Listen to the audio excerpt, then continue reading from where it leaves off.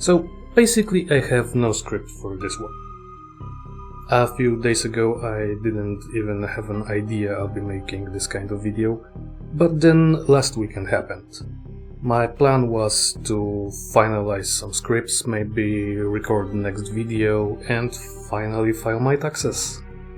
But then I decided to launch the game I bought on the last Steam sale, and well, I have like 18 hours of gameplay now, which is a kind of problem. So enjoy the bonus content while I'll try to scramble back to the schedule somehow.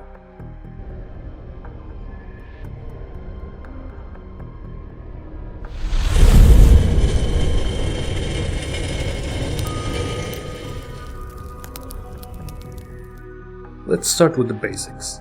Lost Eidolons Veil of the Witch is a tactical roguelike game. It's a very combat-focused experience. The story is there and it's quite nice, but it's nicely separated from the gauntlet of tactical encounters that are the main game. I'm not exactly a fan of roguelike style, but it's done in a way that actually got me engaged. Combat is a mix of Fire Emblem, our turn, enemy turn, with the character specialization instead of units similar into the triangle strategy. It works quite well if you're a fan of one of those games, and even better if both. The roguelike element seems to be balanced. The game has like 3 or 4 patches of that since the release. I haven't found anything that makes or breaks the game at this point. Maybe there's something hidden later, don't know yet. Since this is the combat focused game, the encounters are a very important part, and we have a quite big variety here. We have the classic ones like boss battles and full eliminations, but also objectives, wave encounters, escape missions, loot missions, 3-way fights, and even some AoE terrain denial as a part of the encounter. The boss monsters are quite fun with their weak point system. That means you need to attack with specific damage type from a specific side of the boss to get extra damage and guaranteed critical hits. This nicely translates to the specific character predetermined weapon sets.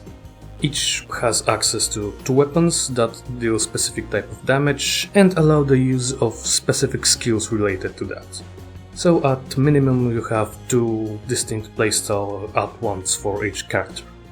While this limits the game a little bit, it allows you to focus on actual synergies between your favorite characters and their skill sets.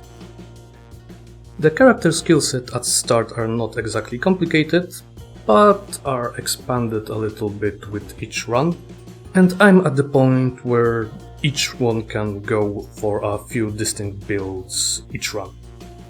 Character skill set are skewed towards damage, no sugarcoating here, but armor and weapon systems goes quite well with that. It's kinda similar to Fire Emblem Trinity of classes. Specific type of armor is good against attacks from a specific set of weapons and weak against the others, which tends to more positioning focused gameplay that is kinda fun, at least for now. I may do another video when I actually unlock all the features and play around with all characters. I have 7 out of 9 unlocked at this moment. Since I am barely starting, I don't want to talk much about the story.